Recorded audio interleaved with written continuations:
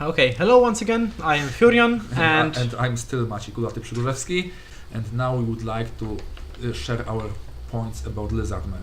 yes, because now we will do a proper analysis, like about. It would be the longest of today's movies because the Lizardmen are a hard subject generally in comping because it's first of all it's the old book. It's got many of its imbalances because of a switch of editions. It's a really strong army book. It was strong before and it's strong now. Yes. It has got a lot of hard combos that are indeed broken. Maybe it's not. It hasn't got a things inside like a pendant of Khaled, but it has got a lot of really good things. And there is a problem with proper comping of Lizardmen army because you have such an amount of good units which have great synergy with each other that it's really hard to write a proper comp score for Lizardmen. And so still it has got a lot of units that are not well priced. The Sarus heroes on cold ones are extremely badly priced. Yes, they really could be more expensive and still see the table.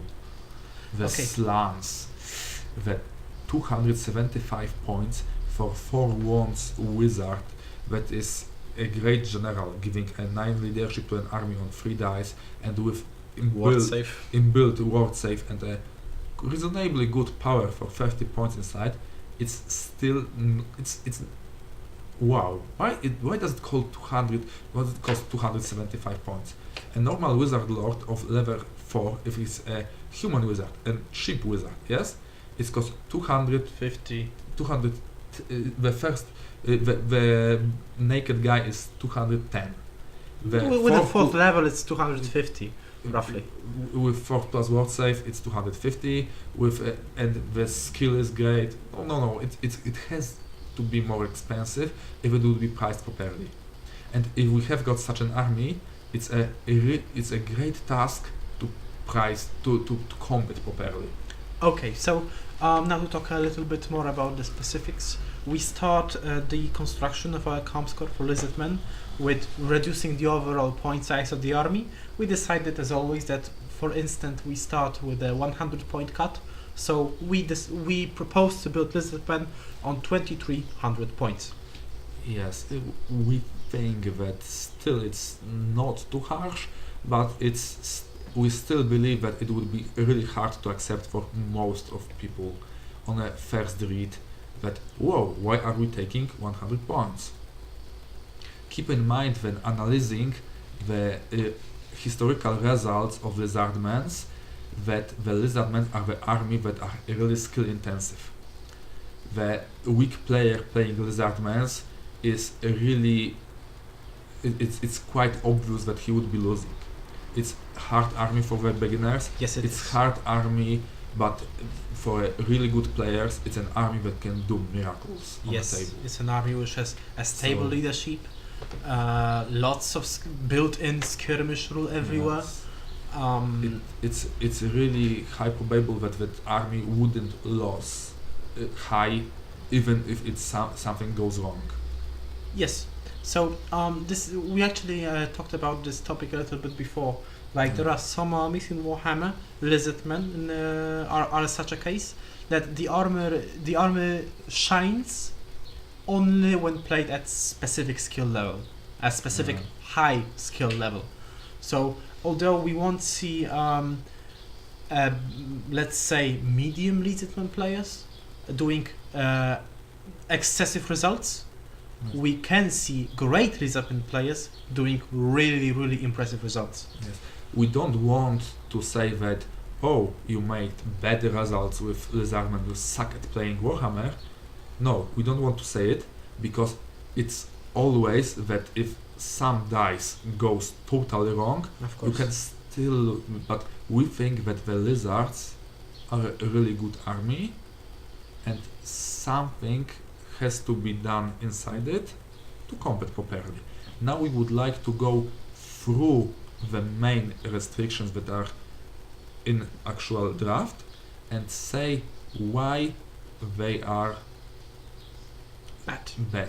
And we also have a ready proposed fix on how to make good restrictions on because Lizardmen. the criticizing of someone's work, not giving alternatives, it's always the easiest. So we will give you our restrictions, so you can criticize us, because we are not omnipotent. Yes. And Okay. we also probably made some bad things. Okay. So the first restriction we actually agree on, it's Salamanders is a 0-1 unit. It's a fine restriction. The first restriction is jungle swarm. Yes, the salamanders are not worth talking about, the 0-1, but the restrictions of jungle swarm, skink less than 20 models, skink skirmishers 0-3 each. Now, first of all, there is a problem with multiple restrictions which give actually nothing.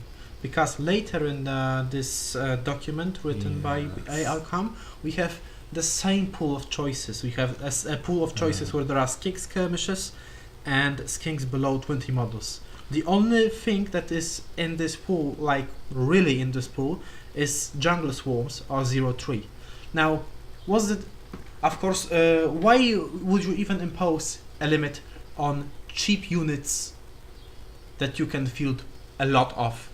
The obvious answer is that you want to avoid draw matchups, and you want to avoid matchups that you when you don't have a close combat phase during the whole game. Because in some cases it would be possible to achieve such a result, but with jungle swarms, there are a number of problems which makes this specific unit not playable and not worth putting a pool into. We talked last time on Raid with Jurek when we were coming back from one of the tournaments about jungle swarms, and we don't think that jungle swarms are a really good choice. We know that in some meta games the jungle swarms are quite popular, but we think that on the main event it will happen that most of the Lizardmen players that took jungle swarms will say, we'll have such a doubt that maybe I could place something else. And I highly doubt that we will see any player on the ETC who will put significantly more than 3 jungle swarms. And the thing is, I will read you another restrictions. In this skinks under 20, skink skirmishers, jungle swarm, chameleon skinks, pterodon, salamander, razordon, slam units are max 9 in total. This means quick calculation. I have to have a slam, I have to have salamanders. Yes, it's obvious. So we have 7 choices left. 7 choices left. So if I would take 7 skink skirmishers, totally broken. Okay, but now I haven't got any pterodon, any chameleon, and any skinks under 20. And that's perfectly fine, right? Is it broken? And it's 1 slam, okay. We can have all that. It's good. But we don't think that that list is stronger, because I would like, as a player, to swap one of these units for pterodons. Yes. It's at least one, right? At least one. It's better, yes? At least 1 unit for chameleon skinks. Okay. And going this way, we think that that limit is totally empty. Because going through next iterations, we will see that we already switched so many skink skirmishers for additional choices, because it's not worth taking only 1 pterodons and only 1 chameleons. Okay, if you don't have minis, it's okay. But on the ETC, we assume that we have got required miniatures.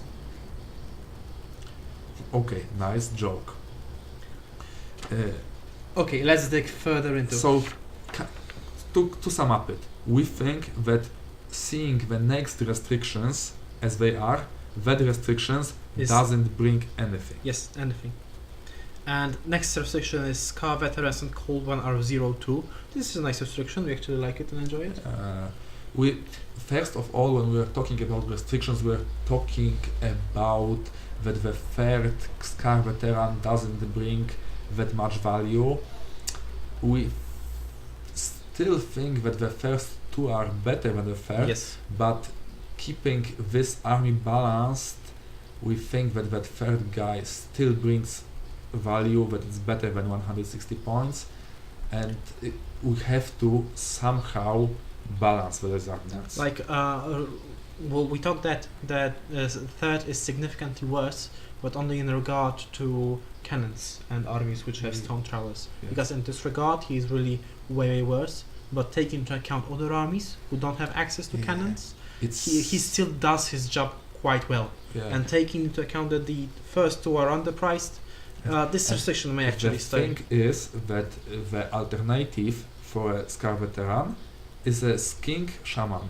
The Skink Shaman is even worse when we consider the new FAQ for Devlore, because his leadership 6. And Spirit Lich might kill him fast.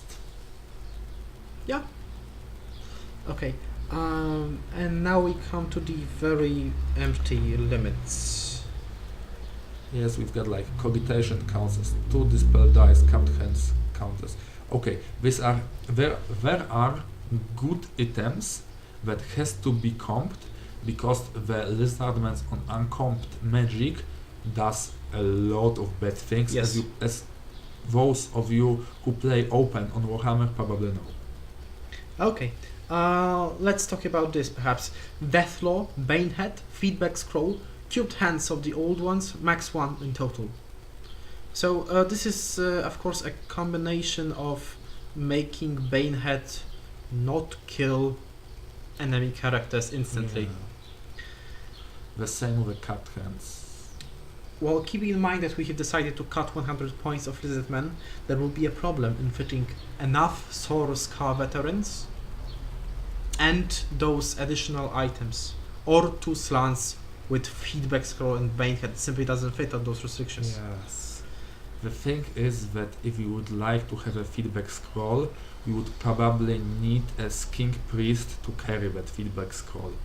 If we would take a Skink Priest to have this Feedback Scroll, we probably invest a lot of points just to have a Feedback Scroll.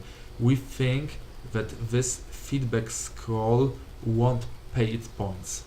Yes, because it won't work in combination with Banehead. If it doesn't have Banehead, it's the same thing as with every other army. Every other army can have Feedback Scroll, and it's not been reported as broken. I haven't heard anyone saying that Feedback Scroll is obviously broken and should be prohibited. So yeah, a lot of armies run death magic, and a lot of armies doesn't involve Feedback Scroll. okay, so there is no point really in cutting him. Okay, but we would like to go, maybe make it some systematically, go one restriction for another. There was a restrictions of cogitation counts as 2 dispel dice, which is quite okay, because the cogitation is that it throws out the double sixes. double sixes. So we avoid on one chosen wizard the irresistible force. It's quite reasonable, because the Lizardmen with a lot of cheap units can access the 424th inches zone Yes. and stay there as long for this power to work. With the dominant theme among the armies being that you have one great caster, like the level 4, and one guy who carries a scroll and who doesn't actually do much casting. This is a general theme that we see in Warhammer. Taking off 6s of the big guy and having a scroll also to dispel some spells. Yes. And this army is very susceptible to spells. Yes. Like even the normal fireball deals a lot of damage to this army. Yes. We think it will be too much, so this restriction is actually fine. It's okay. The capped hands of the old ones is plus 2 power dice. Yeah, the capped hands is, we ignore the first miscast, but even then that miscast takes us the dice, and if I don't know, in most armies, if there is an item that avoids us miscasting, it doesn't cost anything. Now we take 2 dice. I don't know if 1 is okay. We didn't see any capped hands last year. If we would allow capped hands and 1 power dice, we would probably don't see it either, because it blocks a power dice that can be better used if it's taken as an additional power dice as a power on a slam. Okay. And of course there is a problem with cubed hands and the bane head. It's great to wound a wizard that is already wounded, but if you are playing with death magic, you still kill wizards that are already Yes, wounded. exactly. So it's So instead of this one big pool, we would propose both cubed hands of the old ones and bane head to count as one power dice each. In this case, perhaps we'll be able to see them. yes, Yeah. it's give you some variety, because you can make a list that adds 2 free dices to your pool on the spells By but, focus rumination. which is a really good way of Yes, spending it your is. free power on a slan. Or you can take something else, like, I don't know, maybe magic resistance free. I don't know what I would take. I haven't thought a lot about it, because there are few good combinations if we won't take focused ruminations, but you can then take the bane head and the capped hands. But I personally think that all those options are weaker than 2 additional dice. Yes, so if you would like to see the cubed hands and bane head on tables in exchange for focus rumination, we have to make it possible. Yeah. Because in current The focus state of rumination things, is so good. yes, it's like Yeah. the go-to choice. Yes, that's what we talked at the beginning, that the wizard thought for 275 points, that is level 4, he's got 3 power dice to his first 2 spells per turn, and his 4+ ward save. Whoa! Every army would like to have. Of course. Okay, the next pool is Crown of Command, Standard of Discipline, Focus Rumination, Highest State of Consciousness, one or more slants, max 2 in total.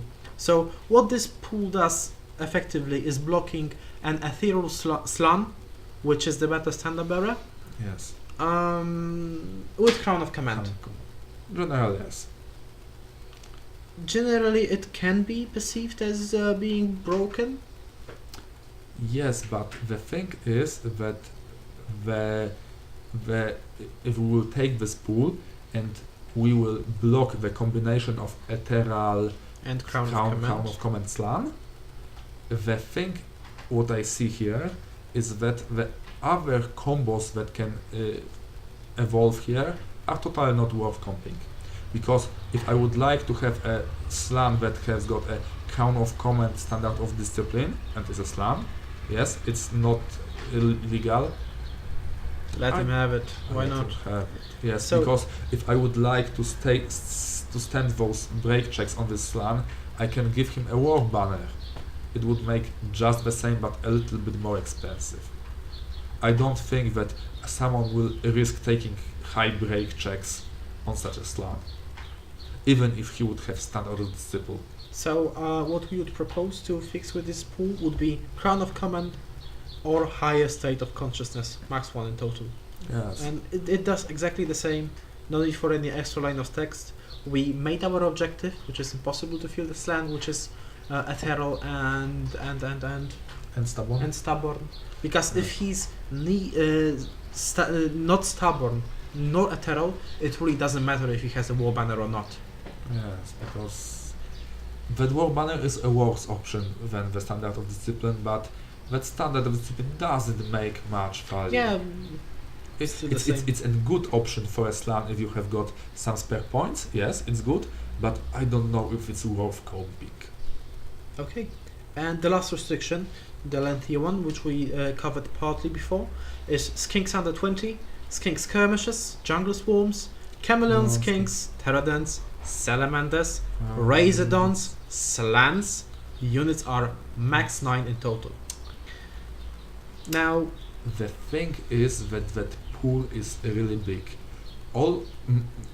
Maybe not all, most of the players agree that spamming cheap units in Lizardmen is a good from a tactical point of view. okay, so let's take it bit by bit. First of all, let's discard all the obvious choices, which Yes. are also count in other part of this draft, Yes. like salamanders. Yes. We can easily cut down salamanders from this let's pool and im- have a max of 8 Okay, units. Let's imagine a list of Lizardmen without salamanders. Okay, Max 8 other units, Yes. whatever, really. Maybe I'm having a poor imagination, but it's not a competitive list. Now, next list. From the same pool. Yes. Let's imagine a list without a slan. Still, I think that if there is a list that hasn't got a slam and it has got additional king skirmishers for it, I think it's not a good choice. yes, and we have Razordons in the same pool and Jungle Swarms. While Jungle Swarms, there were some players which fielded some Yes, use of Jungle Swarms. Yeah. So why on earth would you put Razordons Yeah. in the same pool? Yeah, the single Razordon is some option for exchanging the king skirmishers limit. We know about it. We know that it can be filled in exchange, but even if we would like to comp Razordons, we think that we can simply write single Razordon, because fielding two Razordons for 150 points just to make really expensive king skirmishers doesn't work. Yeah, and also Razordons as well as Jungle Swarms Yes. can't declare flee. The No, power. the Razordon can declare flee if they are placed with back. Seriously. Okay. So you have to Yeah. you have to put your Razordons. Yes, I would play them that way if I would like to have them as king skirmishers. It's 75 points. I think it's quite an option, maybe. Okay, but a little bit back on track. Let's agree that Razordons can't declare flee efficiently in the way that they would like to declare flee. Yeah, Like shoot into something and then declare flee. Yes. So, and Jungle Swarms can't do that because they are unbreakable, obviously. And the power of Lizardmen Army also comes from the ability to declare lots of fleeing and then rallying on a most likely better stand-up land, which is a 9 with a reroll. So it's auto rally. Yes, it's actually 100%. So Effectively, it's yes, around. and after you rally, some of those units which had threat can move, like Pterodons. So you have a great possibilities to stall your enemy Yes. in relation to close combat. There's a high probability that if your enemy starts his pressure too late, he won't get to the high points in the 6th turn. Yes. Okay. So from this whole pool, we would suggest to rewrite it into the following: Skinks without Croxigos, Skink Skirmishes, Chameleon Skinks, Pterodons, max 6 in total.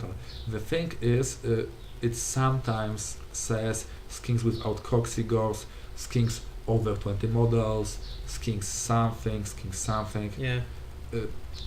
We have to comp it somehow. We don't say that it's reasonably better to write skinks without Croxigors than writing skinks over 20 models.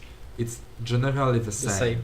We just written it that way, just as some, maybe, I don't know if it's better, if it's worse.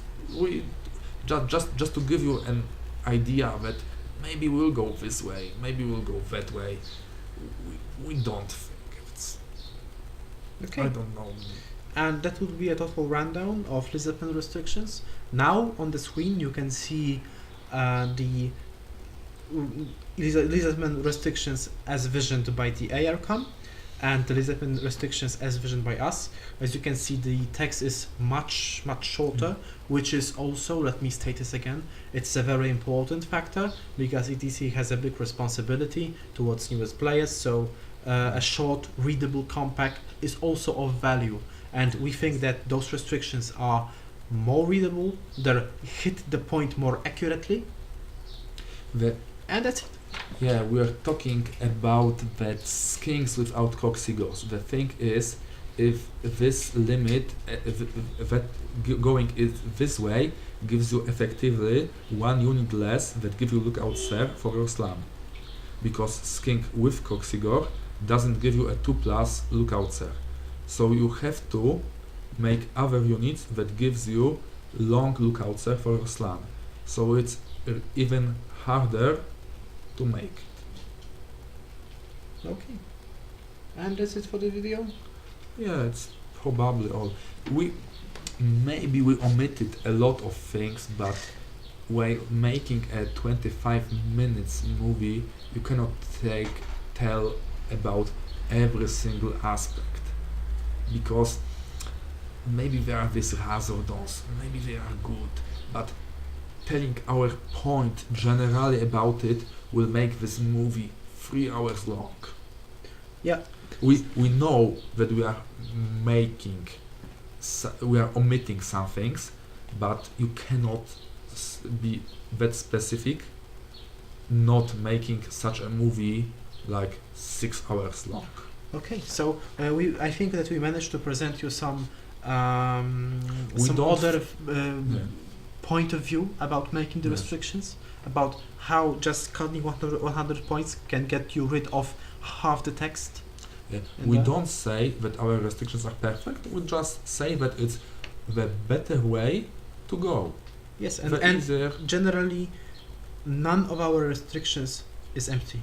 None of them are redundant. We think that none, maybe some. Maybe I some. don't know. Well, maybe some of them are bad, but it's not like not bad. Maybe some of them are not needed, but it doesn't mean that they're redundant, because we have this multiple pools of same choices in this ARCom product, which we are not very fond of. Yeah. We don't think. Yeah. Okay. I forgot. Okay. Thank you very much for watching. Of course, if you have a comment about our work, please feel free to leave a comment either here on YouTube or on the Warhammer forum. If you are a captain or a spokesperson of the ETC country, then we heartily encourage you to take part in the discussion about creation of ARCom. Because it's not that the ARCom, those are 5 guys that are the only responsible guys that are responsible for this one tournament. We are all responsible for it. Yes. We choose 5 guys who are doing it. Yes. But all of us should help them. We are not making these movies to criticize their work. We are not making these movies to criticize those chairmen that doesn't want to open their forum for us. We are making this movie because we would like to play a better game. Yes. We like playing TC. We know that we will be playing a lot of tournaments, not only that single one. Yes. And we would like a better comp. Yes, and this is this global responsibility, because some communities, and those happen to be big communities, just use ETC as a general go-to comp score pack. So it's not really about a single tournament. If it was about a single tournament, we would play. We would just probably play it, and that's it. The thing is, faster doesn't mean better. It's not Ferrari. Making comp score, it's not a value. Yes, I know that it's nice to have it fast, but it's way more important to have a good restrictions. So this is why we would like to have all the restrictions from the original ARCom to be discussed roughly in the in a wide audience, so we can hear more points of view. We know that we have to get a lot of time to prepare the list for the tournaments, but we can spend some additional time to make the restrictions reasonably better. Yes. And that's it. Thank you very much for watching, and cheers. Take care. Cheers. And remember, if you would like to drink multiple beers, it's harder to say proper English the next day.